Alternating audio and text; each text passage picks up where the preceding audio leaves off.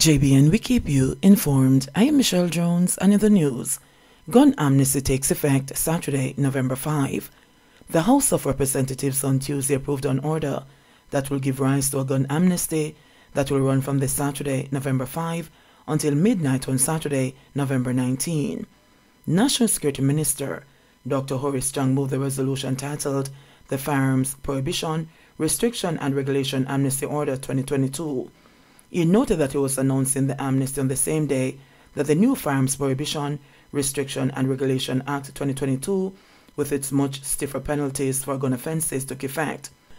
Chang, who is also the Deputy Prime Minister, had served notice on September 1 in the Firearms Bill stabled that as soon as the law took effect, an amnesty would be authorized. It will allow persons who may be in possession of an illegal or unregistered gun or ammunition the opportunity to surrender the weapon to the state without fear of prosecution. To this end, Chang is imploring persons to take advantage of the amnesty. He said persons who may be in possession of a firearm without criminal intent should make use of the amnesty. So too those who may have inherited a firearm from a relative and have it locked away in a safe.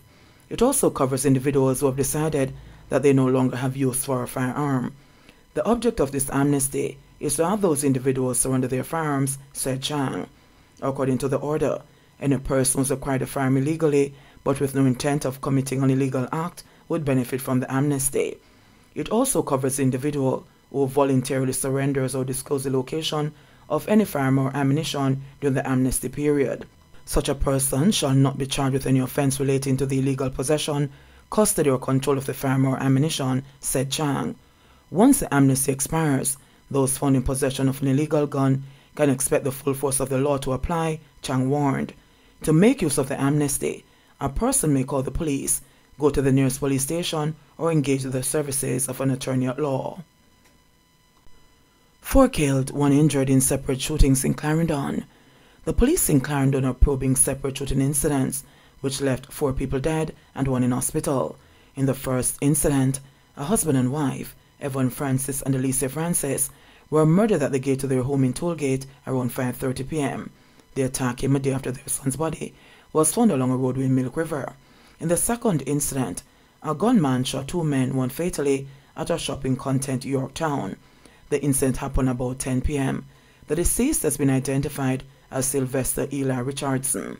It is reported that Richardson and another man were at the shop watching music videos on a laptop when a man entered the establishment and ordered a soup. Richardson got up to serve him, and the man then pulled a gun from a bag he was carrying and opened fire, hitting both men. He then escaped on foot into the area. The injured men were taken to the Mapen Hospital, where Richardson succumbed to his injuries, while the other man was admitted in serious condition. The third incident took place in Top Butner, Mapen, about 11:19 p.m., where 23-year-old labourer O'Shane Salmon, otherwise called Alkaline, was shot fatally. Information is that he was walking along the main road in Top Butner after purchasing an item at a shop when he was pounced upon by a gunman on foot who opened fire at him. He was shot all over his body. He was pronounced dead at hospital. Child thugs a worrying trend, says Commish. Police Commissioner Major General Anthony Anderson Tuesday described as a worrying trend the number of children being brought to book for serious crimes. Anderson, who was speaking during his monthly press briefing, said of the 875 charges laid against children from 2019, as of November 1 this year, 79 were for murder, 66 for shooting, and 175 for rape. There were 256 charges for breaches of the Firearms Act, 175 for break-ins, 89 cases of robbery, and 56 for aggravated assault. Anderson said collective action is needed to determine how to save child perpetrators. In recent weeks, we've been dissecting the crime figures and looking more closely at both perpetrators and victims. When we examine children as the perpetrators of major crimes, some concerns begin to emerge. By definition, a child is a person below the age of 18 years, but bear in mind that most of the perpetrators in this category are between 15 and 17 years old. Let's examine the 4-year period 2019 to present. Overall, during that time period, children have been charged with 875 major crimes in Jamaica. There have been 79 murder charges, 66 for shooting, a total of 175 children have been charged for rape over the period. There have been 256 charges for breaches of the Firearm Act, 175 for break-ins, 89 cases of robbery, and 65 for aggravated assault.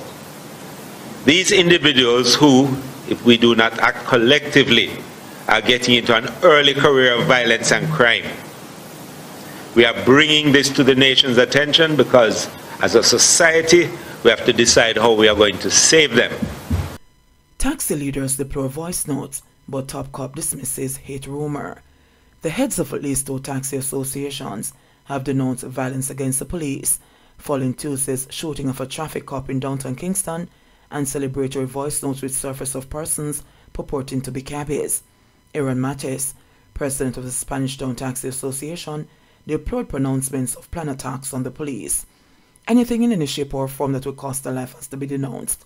As far as I'm concerned, if you have a problem with the man, there are channels to deal with it. Legal channels to deal with it.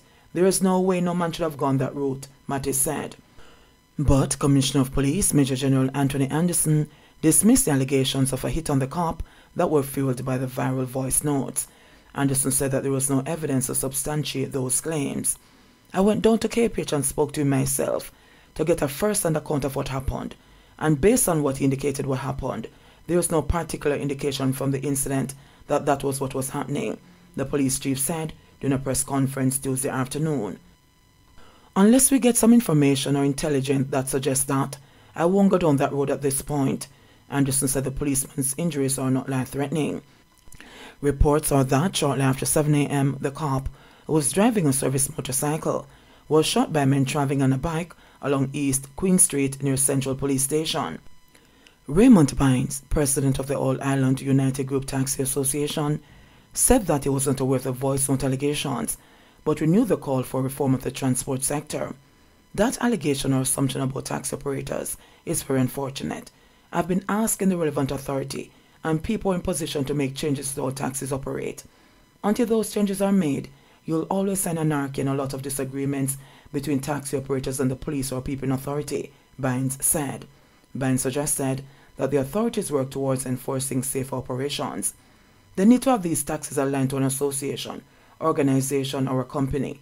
If any of those taxis within that company or organization commits any breach on the roads, whether it is to a police, civilian, or pedestrian, that taxi can be immediately identified, Bynes said. Machete-wielding brawl leaves 1 dead. A 21-year-old man is dead and another man hospitalized after machete and knife-wielding brawl in the Miami Bay section of St. Ann Tuesday morning. The deceased has been identified as Miami Bay resident Romario Hay. Alwyn Lawrence, of no fixed address, is in the St. Ann's Bay Hospital in serious but stable condition.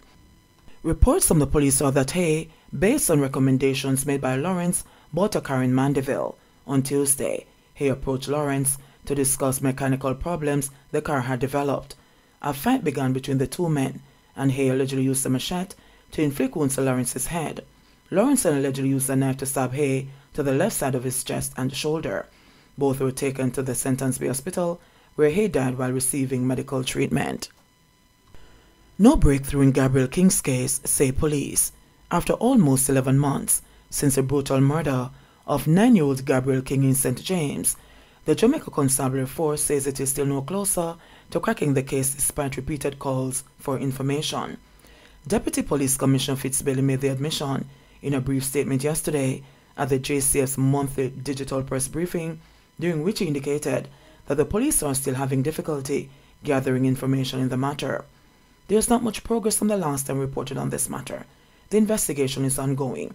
I must say that we came upon some challenges because we had hoped that those who are closely connected to the child would have cooperated a little more with the police, but the investigation is continuing, said Bailey.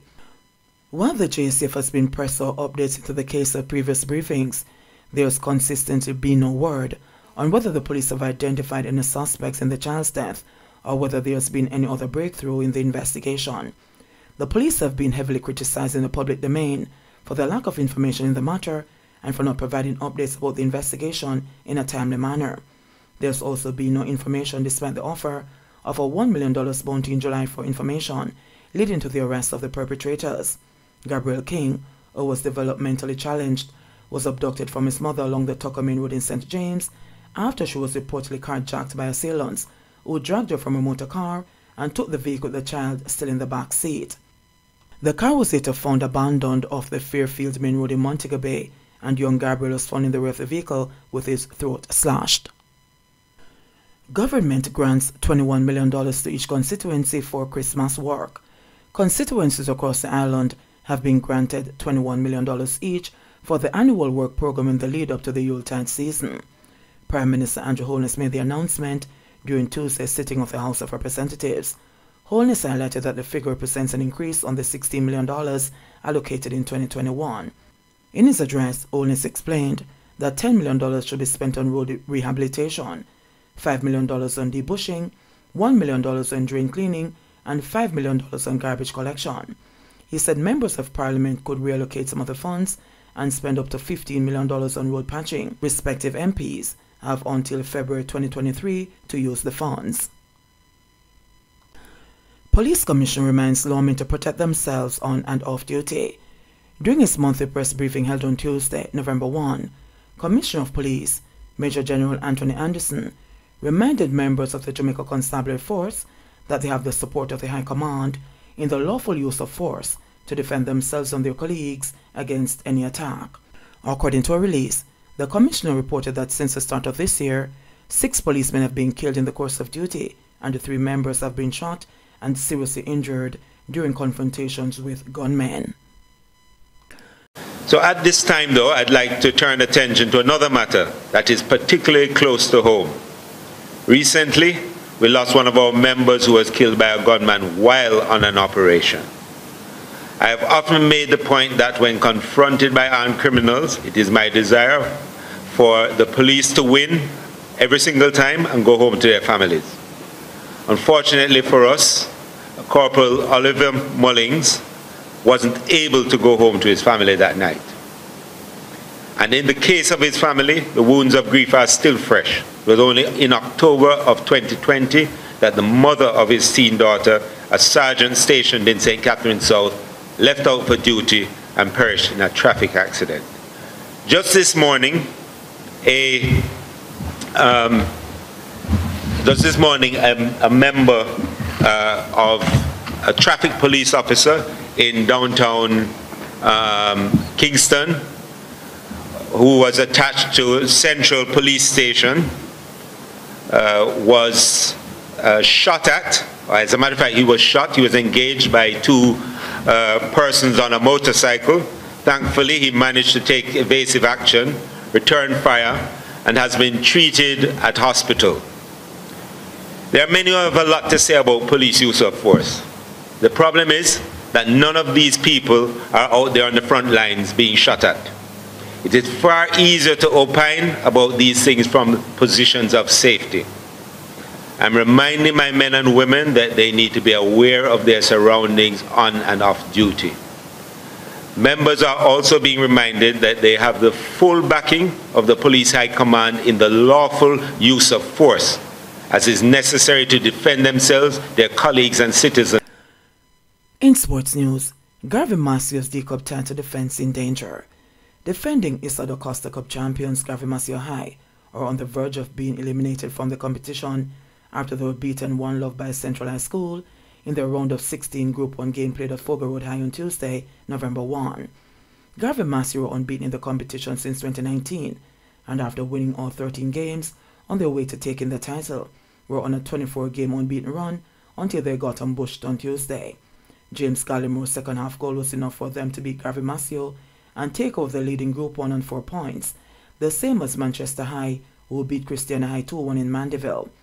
After scoring 41 goals in 11 games between the first and second rounds, Garvey Macio failed to score in 2 games in the round of 16. Manchester High moved to joint lead after beating Christiana High at Manchester High, with Jamar Brown scoring both goals for the winners.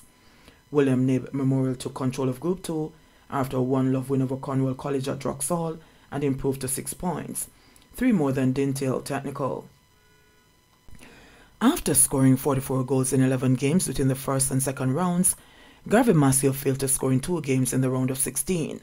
Manchester High moved to joint lead after beating Christiana High Manchester High, with Jamar Brown scoring both goals for the winners.